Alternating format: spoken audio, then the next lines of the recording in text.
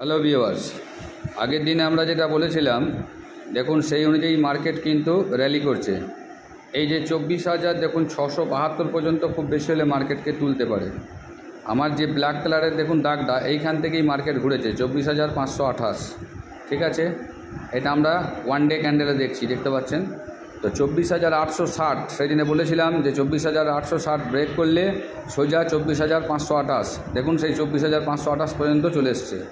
তো আমার ভিউ অনুযায়ী আমার যেটা মনে হচ্ছে যে উপরেও কিন্তু যেতে পারবে না। আমি দেখবেন উইকলি একটা প্রেডিকশন দিয়ে রেখেছি মার্কেট কীরকম র্যালি করতে পারে।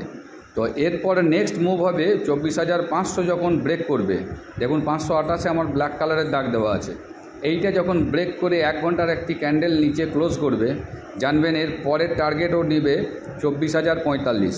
তবে সেটা একদিনে নয়, হয়তো 2 থেকে 5 দিন বা 10 দিনের মধ্যে হতে পারে। তো এই পর্যন্ত আসতে পারে। বাকি রইল পজিশনাল কল, আমি কালকে আশা করি এখানে দেব, আপনারা ফলো করবেন। আর কাজ করতে গেলে অবশ্যই সেবি রেজিস্টার অ্যানালাইজারের সঙ্গে কথা বলে কাজ করবেন। আমি কিন্তু কোনো সেবি রেজিস্টার অ্যানালাইজার নই। আমার হিসাব অনুযায়ী আমার যেটা মনে হচ্ছে টেকনিক্যাল এবং অ্যাস্ট্রোলজিক্যাল, সেই অনুযায়ী আমি আপনাদেরকে প্রেডিকশন দিচ্ছি এবং গাইড করছি। তো আপনারা সঙ্গে আছেন, থাকবেন, সাবস্ক্রাইব করুন, লাইক করুন, বেশি বেশি করে শেয়ার করুন। তার সঙ্গে একবার দেখে নেব, দেখুন RSI 1 আওয়ার RSI কত দেখাচ্ছে 39।